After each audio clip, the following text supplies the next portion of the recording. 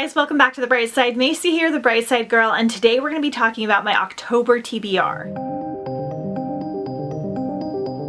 I know this is coming up to you later than I wanted it to, but we will have almost 4 weeks left in October by the end of Not So Scary-a-thon, which is a decent amount of reading, and I really want to jump into all of the fall, spooky, Halloween, cozy reads. I did decently well in September, but I am really excited to jump into the rest of these, so hopefully these give you some ideas for your TBR. This is just a loose list of some higher priority ones. I have a lot more on my physical Halloween shelf, which I will link my Halloween bookshelf tour that has every fall, spooky, witchy Halloween read that I want to read in sometime in the near future. This is a large collection that I have gotten over the past like 6 years. Be sure and check that video out if you want some more ideas, but these are some higher priority reads that I want to get to for October. Okay, so we have Together We Brought by Skyla Arndt. I actually don't know a lot about this except for that I love this like romantic, viney looking cover. This is a young adult standalone. Will Green and Elwood Clark used to be inseparable. That was before she accused his family of killing her mother. These days, Will spends his time gathering not so legal evidence on her mother's disappearance for an apathetic sheriff, while she and her checked out dad try to make ends meet at their failing motel. They're a hair's breadth away from foreclosure, and the powerful Clarks have their eye on the property. Elwood has been counting down the days until winter break. He hasn't told anyone that he won't be coming back to school to finish out senior year. His pastor father is training him to lead the congregation, the Garden of Adam. But after one last night out with his friends, he comes face to face with a more chilling fate. He's not his father's successor, but his sacrifice. Okay, so it sounds like it might have some religious themes, which is not my favorite, but I will let you guys know because this cover is too incredible. All right, next up, I'm gonna be buddy reading this with a friend, and that is One of Us is Lying by Karen McManus. This is part of a young adult trilogy. Pay close attention as you might solve this. On Monday afternoon, 5 students at Bayview High walk into detention. Bronwyn, the brain, is Yale bound and never breaks a rule. Addie, the beauty, is the picture-perfect homecoming princess. Nate, the criminal, is already on probation for dealing. Cooper, the athlete, is the all-star baseball pitcher. And Simon, the outcast, is the creator of Bayview High's notorious gossip app. Only Simon never makes it out of the classroom. Before the end of detention, Simon's dead, and according to the investigators,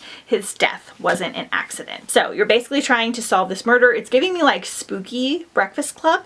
So sounds really cool. Discovery of Witches, which kind of goes with my outfit today. I have accidentally DNF'd this book 3 times. Mainly because there's just so many books I want to get to for fall and Halloween. And this is like a 24-hour audio, and every time I get into it, I'm like enjoying it, but I'm just thinking about all the other books that I'm not finishing. But this time, we're finishing it. I think I'm just gonna do like a couple hours a day while I listen to some other things as well. I think I made it over a third of the way through, like each time I've gotten into it, but this is a huge adult trilogy / quartet about a witch and a vampire, and it has like dark academia vibes. It's supposed to be amazing.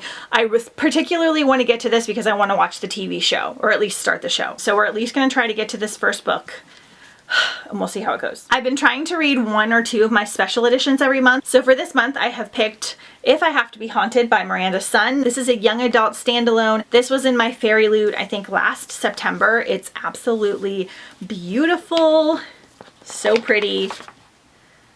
I love the naked book. I believe it's contemporary mostly, but it has like a spooky paranormal vibe. So Kara's trying to stay on top of all her classes, excel at extracurriculars, and prepare for college, which means not speaking to the dead, an ability she inherited from her grandmother. Ghosts are trouble, and Kara doesn't need to add their problems to her own. And I think she winds up talking to like a teenage ghost boy and probably falling in love. So sounds very cool, and it's gorgeous. And then I really want to get to a couple of huge popular young adult trilogy / quartets, and I can't fully decide which one I want to choose, but I'm leaning towards Serpent and Dove by Shelby Moren. So this is about a witch and a witch hunter. I know there's some good romance in here. I know there's some spooky atmosphere. I've heard it's incredible. 2 years ago, Louis LeBlanc fled her coven and took shelter in the city of Cesarine, forsaking all magic and living off whatever she could steal. There, witches like Lou are haunted. They are feared and they are burned. Sworn to the church as a chasseur, I don't know how to say that, Reed Diggory has lived his life by one principle: thou shalt not suffer a witch to live. His path was never meant to cross with Lou's, but a wicked stunt forces them into an impossible union of holy matrimony. Oh, that sounds cool.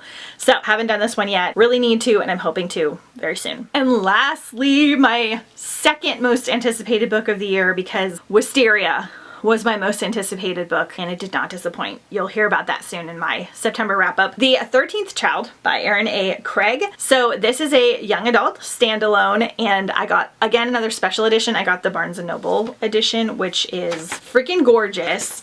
You guys, I am so excited for this because Erin A. Craig is so good at like Gothic reads. Like, I love House of Salt and Sorrows. House of Root and Ruin was even better. In this one, we're following Hazel Trepis. She has always known she's not like her siblings. A 13th child promised to one of the gods. She spends her childhood waiting for her benefactor, Merrick, the god of death, to arrive and take her away. So that's all I really need to know. Very excited. Very high hopes. Hopefully not too high. Can't wait. Okay, those are just a very small portion of some of the books that I want to get to that are higher on my priority. Let me know if you've read and loved any of these down below in the comments. Let me know if any of them are also on your October TBR. Be sure and follow me on Instagram at The Bright Side Girl if you haven't already. I'm doing so much fun Halloween, fall bookish content and non-bookish content as well. Lots of activities and all kinds of fun things. Don't forget to hit subscribe if you haven't already. I usually post 2 to 3 videos a week, and I do so much during fall and Halloween, all themed around the spooky season. Let me know a book high on your TBR for October, and I will see you guys next time on The Bright Side.